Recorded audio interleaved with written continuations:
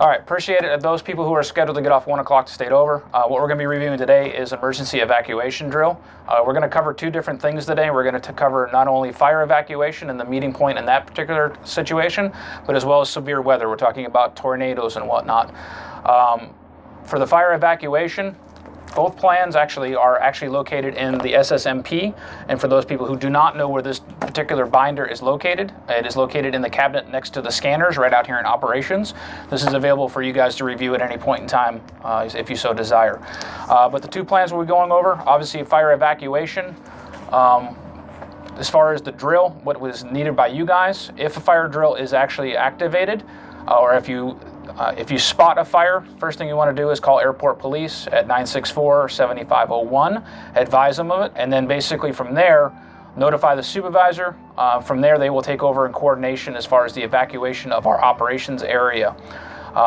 There is a meeting place, is located down here by the vehicle entry gate, which is called gate 21, which we'll be walking down to, so you guys can physically see where the meeting point is. Well, from here, what you want to do is make sure you're exiting out at one of the two exits. You're going to go out this door here if you're in the actual operations area.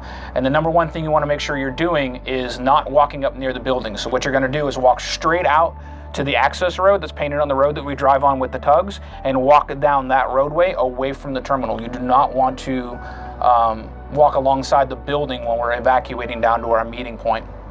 Now, it's extremely important that everybody meet in the same area because the supervisor is going to take roll call based off of the work schedule as far as who's here, just to make sure that we can account for everybody that's actually working. So, and if you end up going to a different meeting area or don't meet in that area, we're going to determine you as being missing, and we'll advise the fire department that we have basically a person that is not accounted for, and then they have to basically put forth the resources to find you, okay?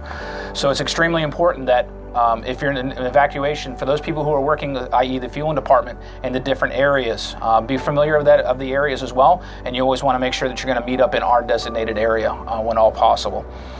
So, for that matter, if you're anywhere in this operations area, obviously out in the main hallway, straight out the side. If it is easier to get out the secondary door, what you'll do is go back out to that roadway and of course make your way around and down to the gate 21. And that's going to be the path that we're going to be walking today. I do want to touch on the severe weather.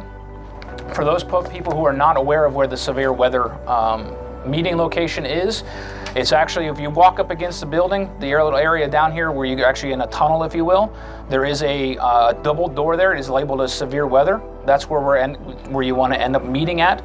It is built to sustain a Cat 5 hurricane, so it is extremely durable. There's no windows, but that is our meeting point. If you look at any of the evacuation drills here, or signs, you can see it's located between gates 9 and 11 in that tunnel.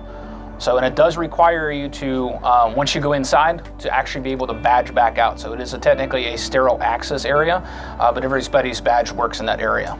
So, if you happen to find yourself on the other side, there's an additional one located on the other side. If we happen to be working at a gate 14, that is a secondary meeting point as well.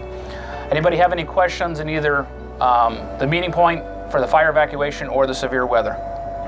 Okay, then what we're going to do is basically everybody's going to get up and we're going to essentially walk the path down to our meeting point, and then from there I'm going to have everybody sign off on the roster. All right?